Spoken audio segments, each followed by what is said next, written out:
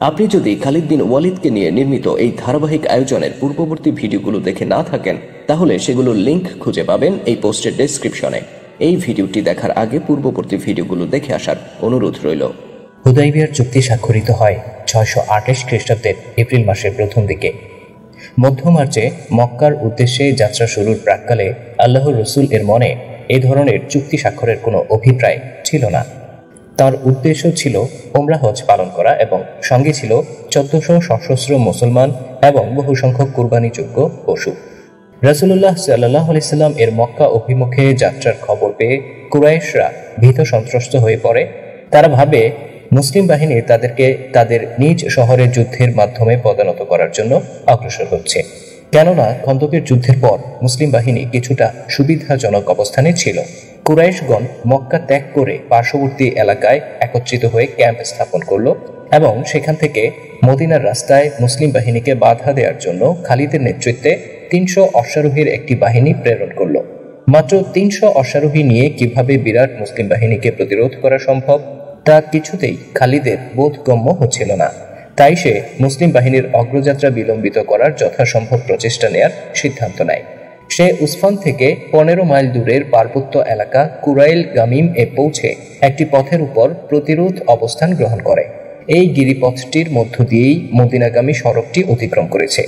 উসফানে পৌঁছার পর মুসলিম বাহিনী সম্মুখে 20 সদস্যের একটি ক্ষুদ্র অশ্বারোহী পর্যবেক্ষক দলকে অনুসরণ করে চলতে থাকে।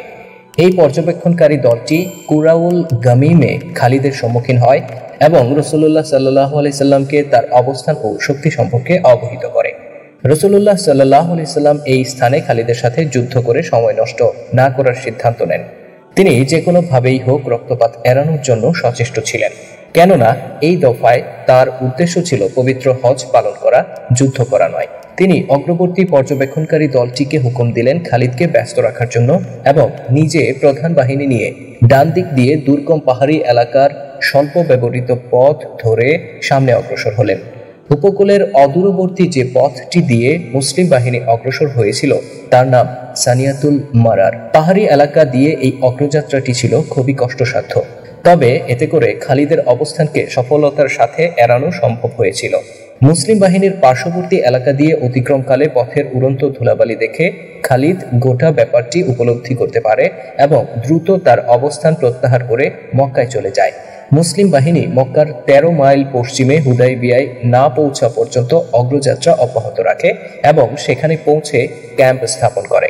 রাসূলুল্লাহ সাল্লাল্লাহু আলাইহি সাল্লাম এর রক্ত এড়ানোর একান্ত ইচ্ছা সত্ত্বেও হুদাইবিয়ায় একটি যুদ্ধ আসন্ন হয়ে পড়ে। প্রাণনাশ ছাড়াই কিছু খণ্ডযুদ্ধ সংগঠিত হয়। কয়েকদিন পর কুরাইশরা উপলব্ধি করতে সক্ষম হয় যে মুসলিমরা যুদ্ধ নয় বরং হজ করতে এসেছে। তারপর দুই দলের মধ্যে দূতের মাধ্যমে বাক্য বিনিময় হয় এবং শেষ পর্যন্ত একটি চুক্তি স্বাক্ষরিত হয় যা হুদাইবিয়া সন্ধি নামে পরিচিত।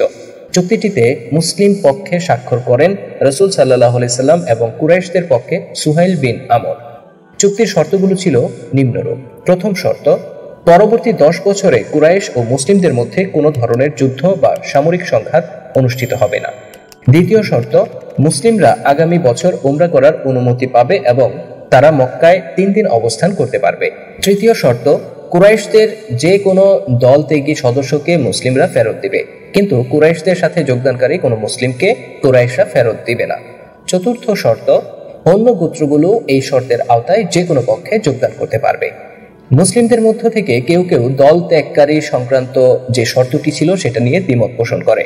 বিশেষ করে হযরত ওমর রাদিয়াল্লাহু তাআলা আনহু উক্ত শর্তটির কঠোর বিরোধিতা করেন, কিন্তু রাসূলুল্লাহ সাল্লাল্লাহু আলাইহি সাল্লাম কারো আপত্তিতে কর্ণপাত করেননি। চুক্তিটিতে মুসলিমদের জন্য কিছু দীর্ঘমেয়াদী সুবিধার সম্ভাবনা নিহিত ছিল যা তাৎক্ষণিকভাবে অনেকেই উপলব্ধি করতে পারেনি। এই চুক্তির শর্ত নির্ধারণের মধ্য দিয়ে মুসলিমদের যে মহানুভবতার প্রকাশ ঘটে তা আরব গোত্রগুলোর মধ্যে একটি মনস্তাত্ত্বিক প্রভাব বিস্তারে সক্ষম হয়। এতে আরো প্রতীয়মান হয় যে মুসলিমগণ অবিশ্বাসীদের সঙ্গে আচরণে কতটা আত্মবিশ্বাসী। দলত্যাগী মুসলিমদেরকে ফেরত না দেওয়ার শর্তের ফলে মক্কায় শত্রুদের মধ্যে অবস্থানকারী মুসলিমগণ অনুসন্ধান দানকারীর ভূমিকা পালনে সক্ষম হয় এবং তারা তাদের আচরণের দ্বারা মক্কার অবিশ্বাসীদেরকে নানাভাবে প্রভাবিত করে। কুরাইশদের মাঝে তাদের অবস্থান প্রকৃত অর্থে মুসলিমদের জন্য একটি শক্তির উৎসে পরিণত হয়। রাসূল সাল্লাল্লাহু আলাইহি সাল্লাম বলেন, যখন কেউ আমাদের দলে যোগদান করতে চায়, আল্লাহই তার উপায় ঠিক করে দেবেন। চুক্তির শেষ শর্ত অনুযায়ী মক্কা ও তার আশপাশে বসবাসকারী দুটি গোত্র দুই পক্ষে যোগদান করে।